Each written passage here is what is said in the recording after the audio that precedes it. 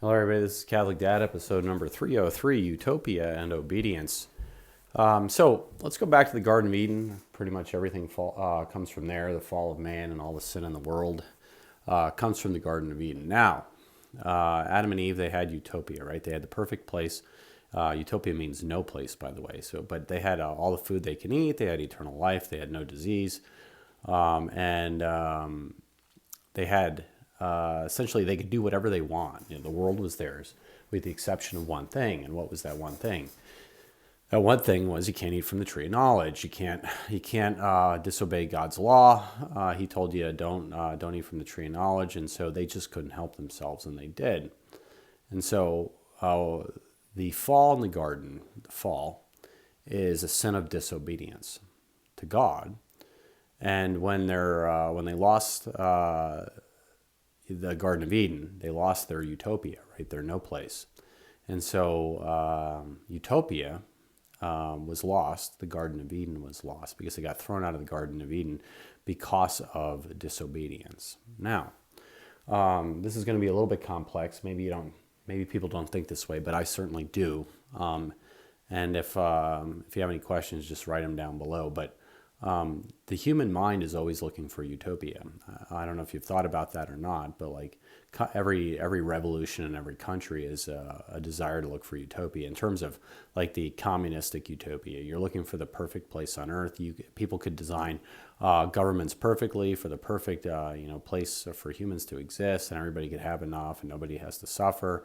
We're looking for that in communism. We're looking for that in our own family lives when we're always pining for new things, and we're looking for that when we're at school and we're always trying to change variables and situations. The human heart has a longing for something more than itself, and it's kind of looking for utopia, right? It's looking to make things better. Everybody knows somebody like this, or they're like this themselves. That they always have this unsettled heart, this desire to do something else, always on to the next project, always, and never completely happy with what they have in their own lives.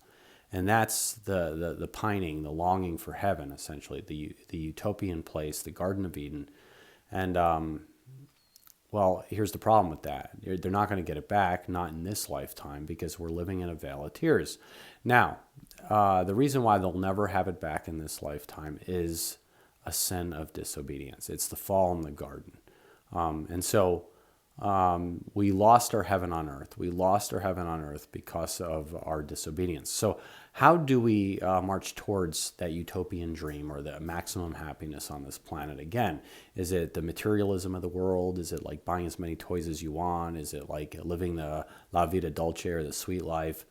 No, that will never get you there, because no matter how hard you spin your wheels doing that, you'll never undo the sin of disobedience. In fact, you may actually make it worse. And in fact, all of our lower desires and lower appetites that we have as humans will never get closer to heaven, or never get closer to the utopian place by pursuing our lower drives, or our sins of impurity and everything else. Like, people think that's the way to go. It will make them happy because if it feels good, do it. It's not true. It's not true. The way to undo the sin of disobedience is the sin of obedience, or is the virtue of obedience. And so, what should we be obedient to on this planet? And that would be rightful authority. And what rightful authority do we have as Roman Catholics? That's His church and His magisterium. And so, what does the church ask us to do? It asks us to live a sacramental life. And when it asks us to live a sacramental life, essentially it creates the infrastructure and the architecture that we will follow its rules, right? And its rules essentially try to make us a better person, meaning that we're always doing prayer and self-contemplation and meditation and penance, and we go to confession, and we're always analyzing ourselves, right? We're trying to rip out those lower appetites, rip out those lower appetites and the sins that are our inclinations, our personal inclinations that are bad, and we're trying to make ourselves better. So we're trying to replace vice with virtue by being obedient to His church. And so, and this is the weird part, right? The maximum happiness we got in this planet is the maximum self-denial. Like, if we deny ourselves more, if we be obedient to the church and we take on suffering and we deny ourselves more, we'll actually get closer to the utopian dream of the Garden of Eden. Now, we'll never get there in this vale of tears, but it's the closest you'll ever be. If you have a completely virtuous life and a very good prayer life, that is as happy, and you submit to the will of God and you submit to his holy church, that's as happy as you can be on this planet, because you've taken most of the responsibility off your shoulders for your own salvation, and essentially you've done what the church has asked, and you've made it, you've climbed that ladder to the top of the hill. Essentially, you've purified yourself, you've gotten sin out of your life, and that we can be rest assured, if you can do that and you do that well, you'll be marching towards the Garden of Eden. And if you go the opposite way, where you actually don't do what the church says and you do what all your lower inclinations tell you to do, you'll be marching further and further and further into a dystopian universe where you hate life, where you're always looking for more, where your appetites are never satisfied. And so just something to think about. Utopianism, it was lost due to disobedience, right?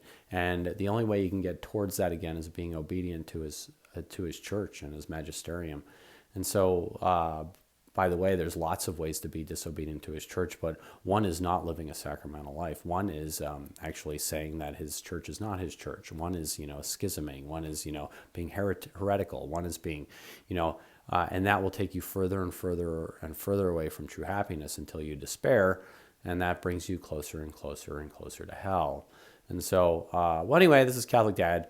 Please like or subscribe, get the Mass, and pray the Daily Rosary. And I know this is kind of a little bit of a difficult topic, but if you like it, please do say so. And if you question what I'm saying, just write a good question. I think this could inspire good conversation, because if you realize everything you're doing in your life that's taking you further from the church will make you less happy, and everything you do in your life that takes you closer to the church and the sacramental life, the church will actually make you happier, that's when you can genuinely find true happiness on this planet. So God bless you. Take care and have a good day. Bye.